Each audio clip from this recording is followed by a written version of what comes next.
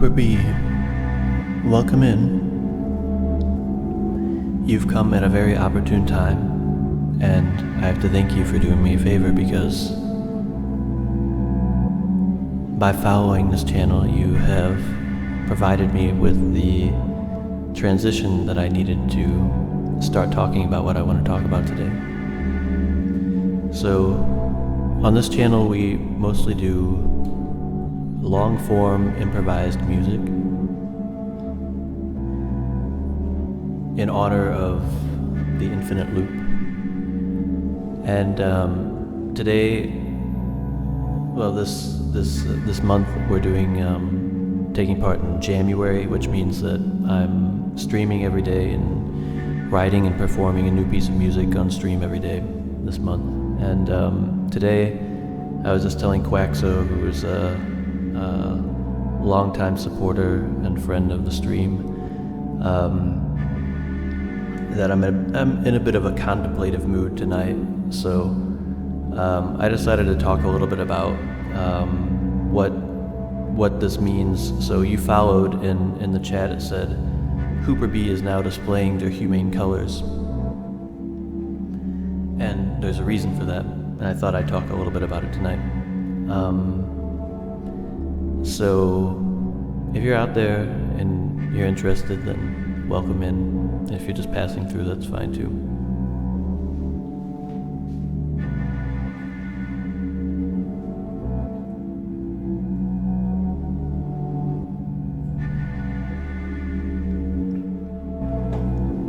So where to begin? Quaxo, as you know, but as Hooper B or anybody else who might be watching this at a later date might not know,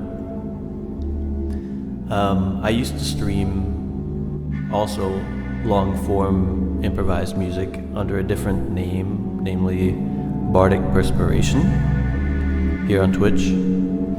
And last year I decided to give up that channel and start this one. Well, to say I decided to do it is a bit disingenuous, because actually I would have rather just kept the same channel and renamed it. But that didn't work out for various reasons. And so we started this new channel. And basically, so what happened is that when I first made my Twitch account, I had never intended on streaming or anything like that.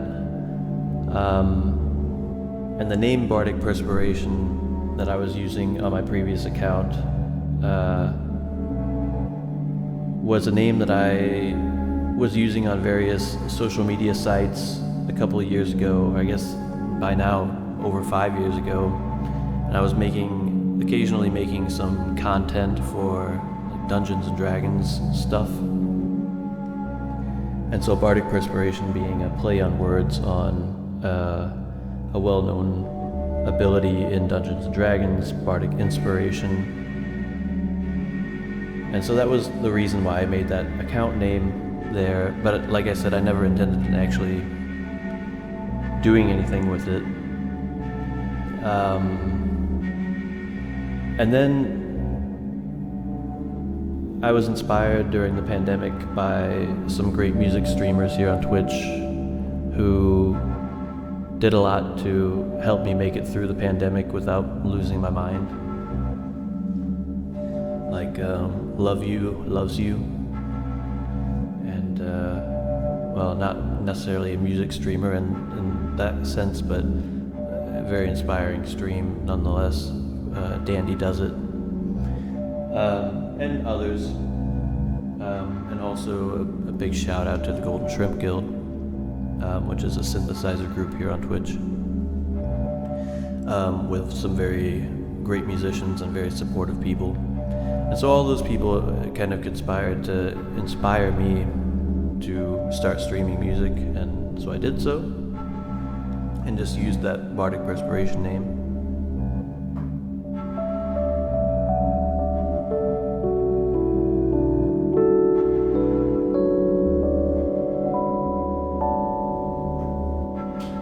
Which was fine. and I still like that name. I still think it's funny.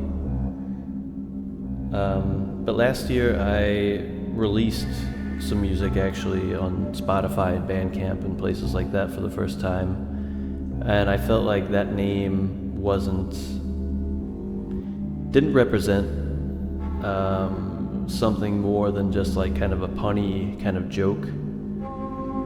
And a lot of times when I make music on stream, I mean, I kind of vary a lot between the different kinds of genres and also the degree of seriousness kind of involved in what I'm doing.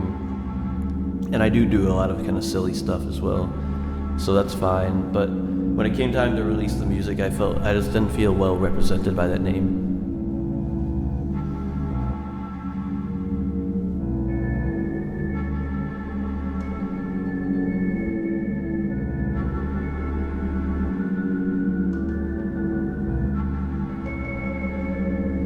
And so I started looking for a new one.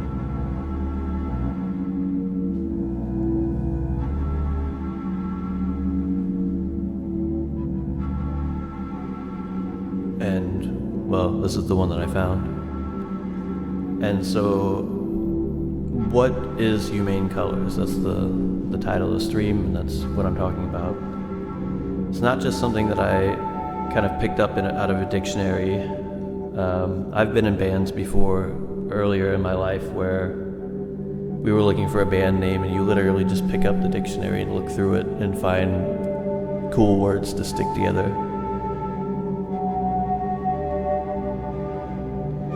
In this case, it wasn't really like that. And so, yeah, I just thought I'd say a little bit about what that means to me. So, when Huber B followed a couple of minutes ago, the chat said, Huber B is now displaying their humane colors. And so what that means to me is there's this phrase that people use to display one's true colors, right? So the idea that a person who displays their true colors shows how they really are, what they really feel, what they really think. And the basic idea behind humane colors and the idea of trying to display your humane colors is basically to say that there are certain aspects of who we are that all of us share in that we are humans.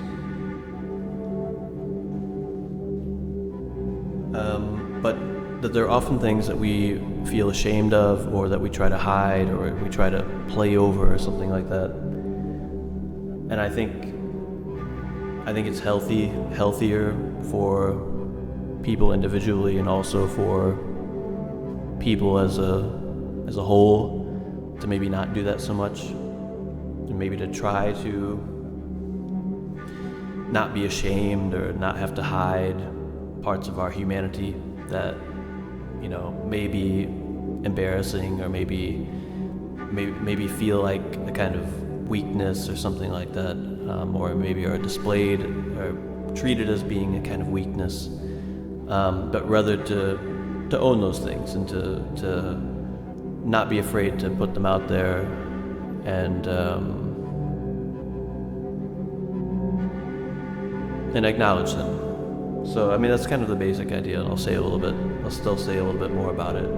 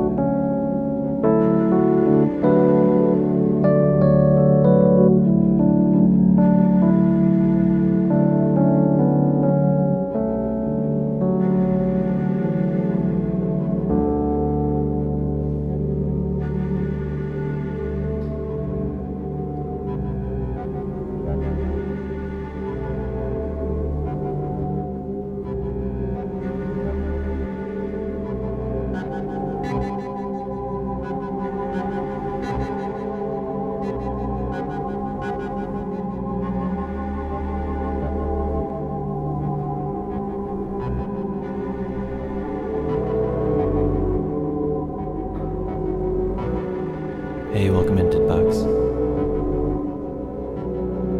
Another longtime friend and supporter of the stream. Tonight I'm taking my January jam opportunity to say a little bit about what humane colors means. And I was just saying, the basic idea is to say that there's this phrase in English that we say to display one's true colors. And the basic idea behind humane colors is the idea that there are certain parts of people, certain parts of our personalities and the people that we are, that people often try to hide or maybe are ashamed of, but they're very human traits. And that I feel like it's a good idea to try to put those out there, try to acknowledge those things, try to acknowledge that those are parts of us, and that it's nothing to be ashamed of. So on that theme then, like, what am I talking about? Well, I mean, what are some traits of being human? One thing to me that's very clear is humans are imperfect.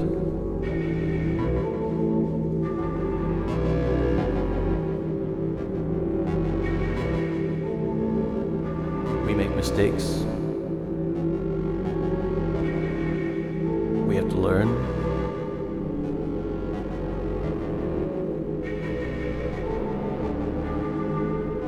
And that's very natural. It's the most natural thing in the world. We learn by making mistakes. We learn by trying things out that we haven't done before. And if you don't do that, you don't learn.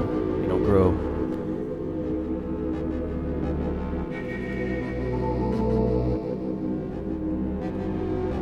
But, on the other hand,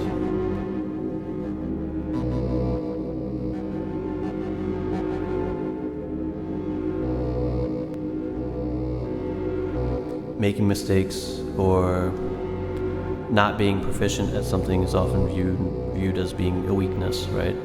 So being imperfect somehow is related to being weak or being insufficient or something like that, often. And this is one of those traits that I think is a deeply human trait, a deeply humane trait.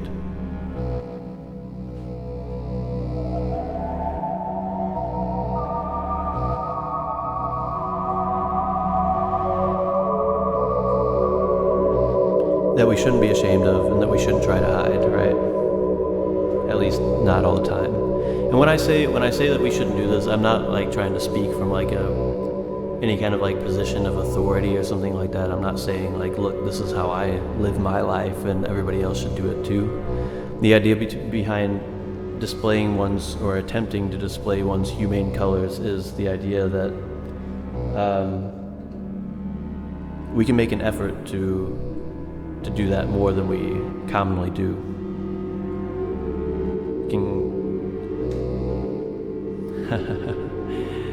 Yeah, see?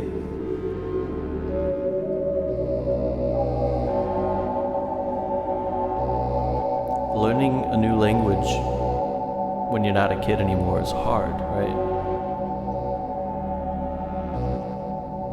Something that takes a lot of work. And it's also something that people are, you know, some people are better at it than others, right? Some people have to work really hard to learn a new language, and other people it just seems to kind of happen.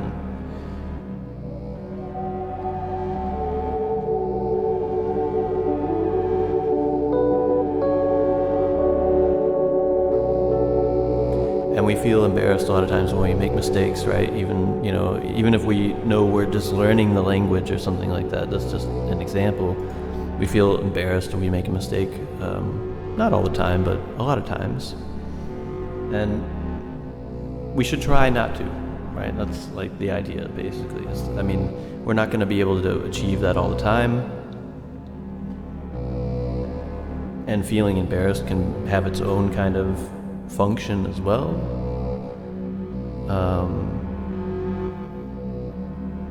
But really, it's not anything to be ashamed of. It's just, that's part of being human, right?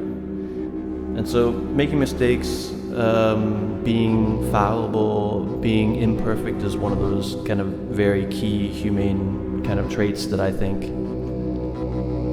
we shouldn't try to hide. We shouldn't be ashamed of it and feel like we have to act like we don't have these imperfections or these inabilities or something like that. But it's okay to just say, look, there are a lot of things that I can't do or I can't do yet, and maybe there are a lot of things that I will never be able to do.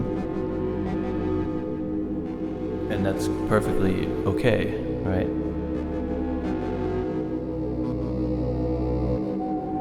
And part of this also is the idea that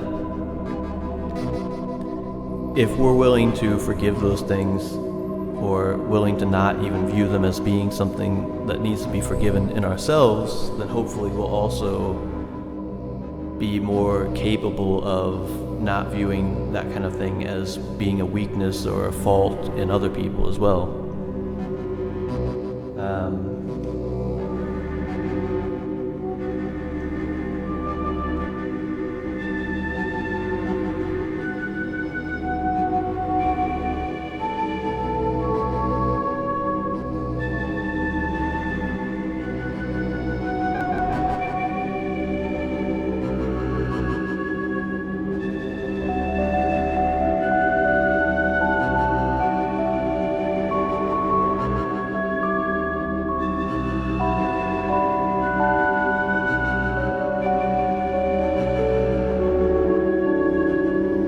So another trait that I think people have that they are often kind of ashamed of, or just don't know how to deal with it,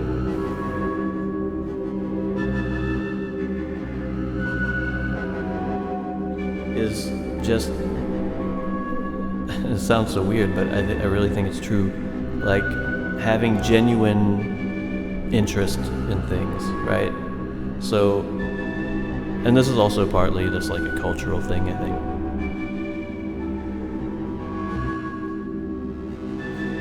But there are a lot of people who feel like being genuinely interested in something and speaking earnestly about it, or being earnest about something, being serious about something, is somehow like embarrassing or cringe or something like that. And like what I'm saying right now, the way that I'm speaking right now about these kinds of things is, I mean, if I were in a different mood, maybe I would also think it's kind of like, I don't know, whatever, overly serious or maybe even cringe or something like that. But that kind of take on that is like betraying something also that I think is very deeply human, right? And we come into this world and there are so many things that we don't know, and they are genuinely interesting to us, right? So we're genuinely excited about things. And for some things that can stay, and there's no, people don't feel weird about it, but for a lot of things, especially like in my generation, my generation growing up, especially in the United States, I think there's like a cultural feeling of needing to distance yourself from treating things seriously or like taking things seriously. And there are a couple different ways that people try to like deflect that, right? Like one is treating everything ironically, right? So like irony, infusing irony into everything that you do. You can't ever say anything on any serious topic without having some kind of ironic inflection. Or another way that people deflect that is by being cool, right? Like what it means to be cool for a lot of people is to not care about things, or to at least not show that you care about certain things. And certainly not to talk about things like this in a very open way or something like that.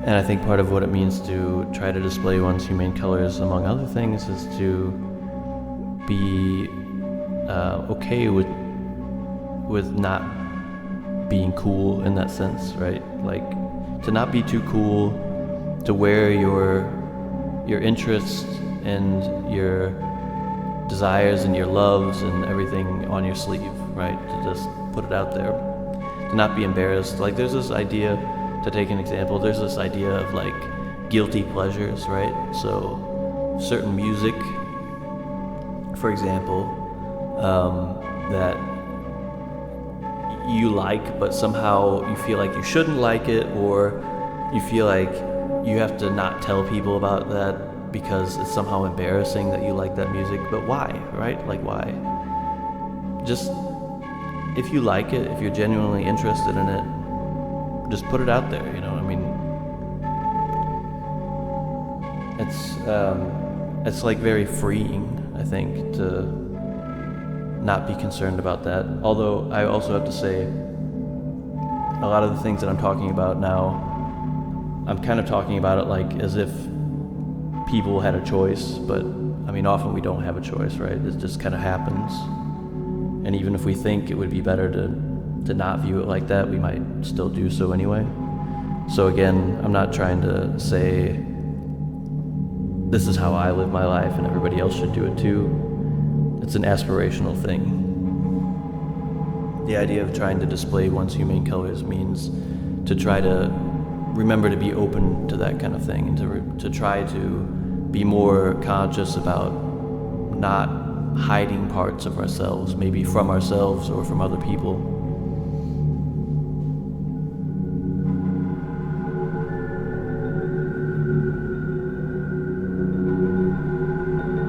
To not be too cool. Don't be too cool.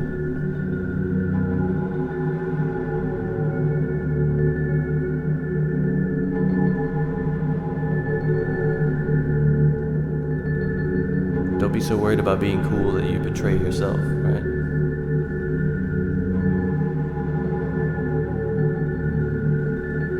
So irony, being cool, these are like ways that people deflect from the things that they're truly interested in or could be interested in if they would allow themselves to be interested in them, or allow themselves just to learn more about those things.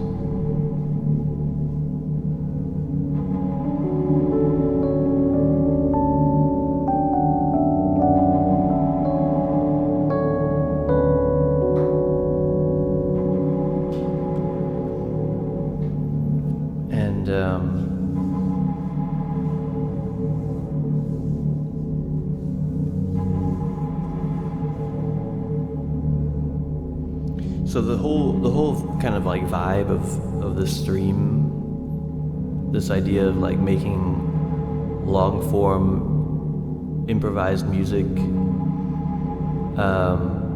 has a lot to do with like this idea. I mean, it's not something that I'm constantly thinking about or something like that, but a lot of what I do here is at least kind of indirectly related to this idea of, well, for example, I mean, to bring it to back to like some of my own kind of insecurities or something like that.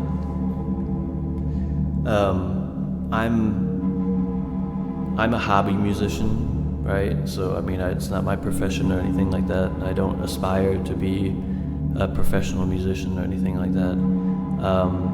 But as a musician, like a lot of my kind of weaknesses are very clear to me. And I definitely play to my strengths when I do this kind of stream, and this kind of music making. And despite the kind words that many people often tell me in chat, I know that there are a lot of things that I can't do, right? And I don't have the ability to do. And when I do these improvised streams, I mean, I make a lot of mistakes, like play wrong notes or do things that just don't, to me, sound good later on and things like that. And on the whole, I like the music that I make here. But, you know, there's room for improvement. And I would even say that, like, it kind of goes in both ways, right? So, like, I feel like, on the one hand, I'm trying to be open to putting that out there and not worry about making a mistake in the process of making the music or something like that. And it doesn't bother me. I just move on and I don't care, honestly. But on the other hand, there's also like a component of it where the fact that I'm choosing to do this kind of music, like this improvised music that's very free form and kind of free floating and using the looper and a lot of effects and stuff like that, is also because it also kind of gives me an excuse in certain ways to not worry about certain things that I maybe could do better. Like if and this is something that if you've been watching any of my January jams, you might have noticed. Like when I try to play an actual like song, like a finished song, it's a lot more difficult for me generally than just jamming and letting the improvised piece of music develop over time and things like that. And so even just choosing this format is kind of like a way of me dealing with that.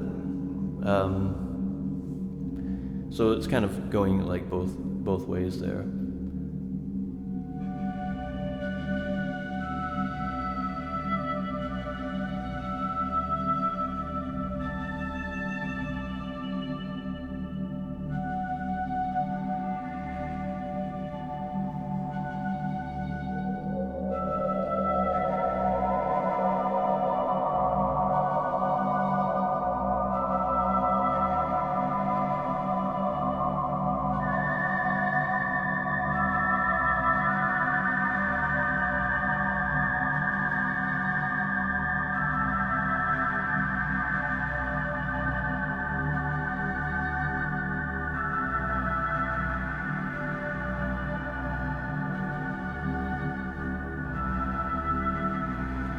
And so when the chat writes something, or when I sometimes remember to say it, it's something that I've actually been meaning to do, kind of like as a sort of tagline for the stream, which also in some way feels almost cheesy, but it's also part of something where I don't want to be too cool to do something cheesy, right? So that's fine. Being cheesy is fine sometimes. And just what we mean by cheesy, that's just like actually a negative connotation of just saying like being overly earnest, right? Or something like that. So being serious at a moment where levity feels more comforting, maybe.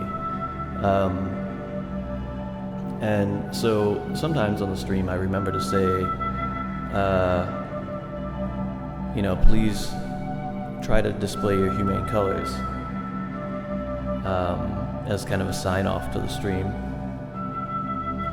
And what I mean by that is, just all these things that I've been talking about, like as an aspirational thing, that is something where, you should condemn yourself if you don't do it or something like that. But just as an ideal to kind of aspire to is to be more willing to be honest with yourself and also be honest with others, and to focus on those parts of your person, your humanity, that allow you to be more tolerant of yourself and more tolerant of others, more understanding of yourself and more understanding of others.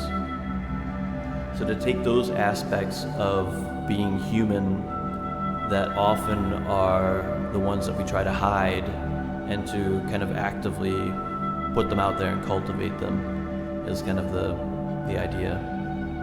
Didbox writes, yes, I know that feeling. Without live sequencing the loops, I would not be able to make music, first of all, because I only have two hands, and also because of my skills as a musician. Yeah. I mean, I feel very reliant upon my looper and things like that. I wouldn't be able to make the kind of music that I make here without using a looper and all that kind of things. And even then, I mean, when I would love to be more proficient at playing in the parts and things like that. Like if you look at some other live loopers, there are some live loopers out there that are just incredibly efficient at, they have an idea and they record it immediately with a perfect take, and so they're very fast. They keep things moving in their live streams of their live streaming. and in a way that I would really like to be able to do. Like that's one of the things that I kind of aspire to, is to be able to move on more quickly and not spend a whole lot of time developing one certain part. But that's just kind of like because that's also what I'm interested in seeing. Like I just think that's very entertaining to watch and impressive as well. That's right, Don. The other part of what this stream is all about is basically the headband and the Spiegelhuhn, for sure.